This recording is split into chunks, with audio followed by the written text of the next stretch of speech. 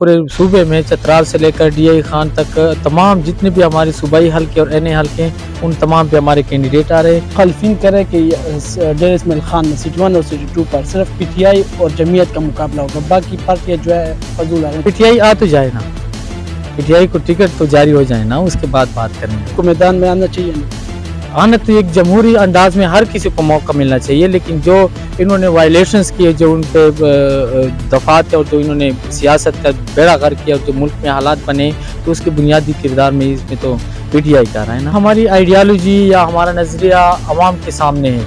हम तो 100 साल पुरानी हमारी जमात है। हम तो अदम तशद्दुद के अलंबरदार लोग हैं, हम तो अमन के ख्वाह लोग हैं, हम तो अमन चाहते हैं, तरक्की चाहते हैं, खुशहाली चाहते हैं। अस्सलाम वालेकुम नाजरीन, मैं हूँ आपका मेज़बान मोहम्मद जुनैद।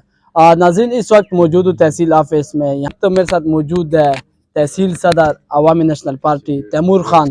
इन्होंने भी नॉमिनेशन फॉर्म जमा किया है PK 113 पे, सिटी 1 पे। तो इनसे भी बात करेंगे कि इनका जो एनए का कैंडिडेट है और जो और जितने भी PK है 111 हो गए या सिटी 2 हो गए, इस पर कौन है, इस हवाले से भी बात करेंगे।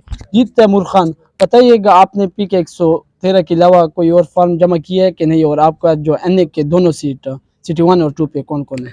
हमने तकरीबन ये जो इलेक्शन का प्रोसेस शुरू है पूरे सूबे में चतराल से लेकर डीआई खान तक तमाम जितने भी हमारे सूबाई हल्के और एनए हल्के हैं उन तमाम पे हमारे कैंडिडेट आ रहे हैं। और जहाँ तक डीआई खान का आपने सवाल किया है कि यहाँ पे आपके कौन आ रहे, तो सिटी 1 से मैं हूँ, सिटी 2 से हमारे रहीम बिटनी साहब है, यहाँ से ये PK 111 से हमारे डॉक्टर याया साहब, NA 45 से शरुल्ला वजीर साहब, PK द्राबन साइड से हमारे हैं शेख खान शेरानी, वो NA 45 की भी हमारे कैंडिडेट हैं। तो तमाम हल्कों पे हमारे कैंडिडेट है। तो ये बताइए कि आप लोग इस दफ़ा इलेक्शन में जा रहे हैं, क्या पैगाम लेकर जा रहे हैं? हम तो देखो, हमारी आइडियालॉजी या हमारा नज़रिया अवाम के सामने है। हम तो 100 साल पुरानी हमारी जमात है। हम तो अदम तशद्दुद के अलंबरदार लोग हैं, हम तो अमन के ख्वाह लोग हैं, हम तो अमन चाहते हैं, तरक्की चाहते हैं, खुशहाली चाहते हैं।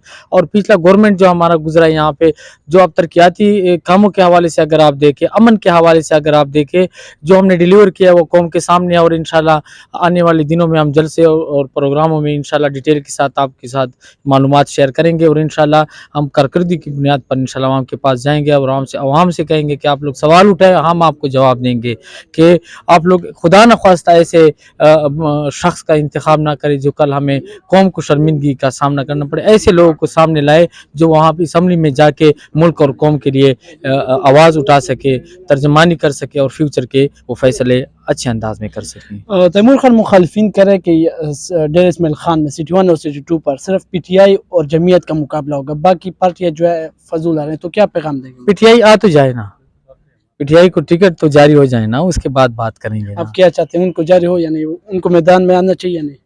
आना तो एक जमहूरी अंदाज में हर किसी को मौका मिलना चाहिए, लेकिन जो इन्होंने वायलेशंस किए, जो उन पे दफात है और जो इन्होंने सियासत का बेड़ा गर्क किया और जो मुल्क में हालात बने, तो उसके बुनियादी किरदार में इसमें तो पीटीआई का रहा है ना।